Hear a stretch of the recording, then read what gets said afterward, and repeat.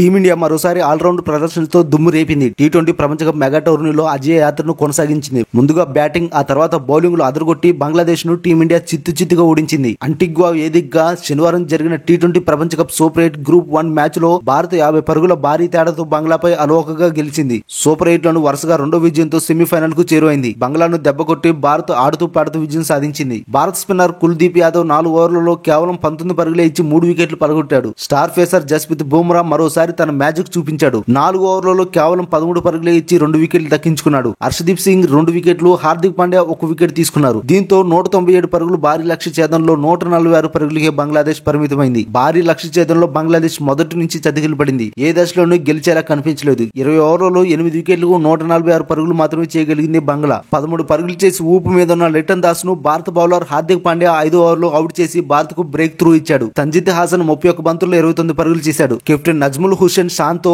32 బంతుల్లో 40 పరుగులు చేశాడు. వేగంగా ఆడలేకపోయాడు. భారీ లక్ష్యం ముందున్న దూకుడు చూపలేకపోయాడు. భారత బౌలర్లు కట్టుదిట్టంగా బౌలింగ్ చేయడంతో వేగంగా పరుగులు చేయలేకపోయారు. భారత స్పిన్నర్ కుల్దీప్ యాదవ్ బంగ్లాను దెబ్బతీశాడు. 10వ ఓవర్లో తంజిద్ హాసన్ ను అవుట్ చేసిన కుల్దీప్ 4 పరుగులు చేసిన తౌహిద్ హృదయ్ ని 12వ ఓవర్లో పెవిలియన్ కు పంపాడు. 11 పరుగులు చేసిన షక్బుల్ హాసన్ కూడా కుల్దీప్ యాదవ్ అవుట్ చేశాడు. దీంతో 13.3 ఓవర్లలో 98 పరుగులకి 4 వికెట్లు కోల్పోయి లక్ష్యానికి దూరంలో నిలిచింది. నిలకడగా ఆడిన నజ్ముల్ షాన్తోను భారత స్టార్ పేసర్ బుమ్రా 16వ ఓవర్లో అవుట్ చేశాడు. చివరిలో రిషాద్ అలీ 10 బంతుల్లో 24 పరుగులు చేసి మెరిపించిన ఫలితం లేకపోయింది. ఆ తర్వాత మిగిలిన బ్యాటర్లు కూడా ప్రభావం చూపలేకపోయారు. అంతకు ముందు తొలుత బ్యాటింగ్ చేసిన భారత్ 20 ఓవర్లలో 5 వికెట్లకు 196 పరుగుల భారీ స్కోర్ చేసింది. వైస్ కెప్టెన్ హార్దిక్ పాండ్యా 27 బంతుల్లో 50 పరుగులు చేసి నాటౌట్ గా నిలిచాడు. అజయ్ శతకంతో దుమ్ము రేపాడు. చివరి వరకు నిలిచి సూపర్ హిట్టింగ్ చేశాడు. రిషబ్ పంత్ 24 బంతుల్లో 36 పరుగులు చేశాడు. మరోసారి అదరగొట్టాడు. శివన్ దుబే 24 బంతుల్లో 34 పరుగులు చేశాడు. అంతకుముందు ఓపెనర్లు కెప్టెన్ రోహిత్ శర్మ 11 బంతుల్లో 23 పరుగులు చేశాడు. విరాట్ కోహ్లీ 28 బంతుల్లో 37 పరుగులు చేసి పర్వాలేదనిపించాడు. ఈ మ్యాచ్ లో సూర్యకుమార్ యాదవ్ ఒక్కడే 6 పరుగులు చేసి నిరాశపరిచాడు. భారత బ్యాటర్లు సమిష్టిగా రాణించడంతో భారీ స్కోర్ దక్కింది. ఓ దశలో వికెట్లు పడిన పాండ్యా, దూబే దూకుడుగా ఆడటంతో స్కోర్ బోర్డు జోరు తగ్గలేదు. పాండ్యా ఆఖరు ఓవర్ వరకు నిలిచి ధనాధన్ బ్యాటింగ్ చేశాడు. అర్ధ శతకంతో మెరిచాడు. సూపర్ 8 లో తన చివరి మ్యాచ్ ను ఆస్ట్రేలియాతో టీమిండియా జూన్ 24వ తేదీన ఆడనుంది.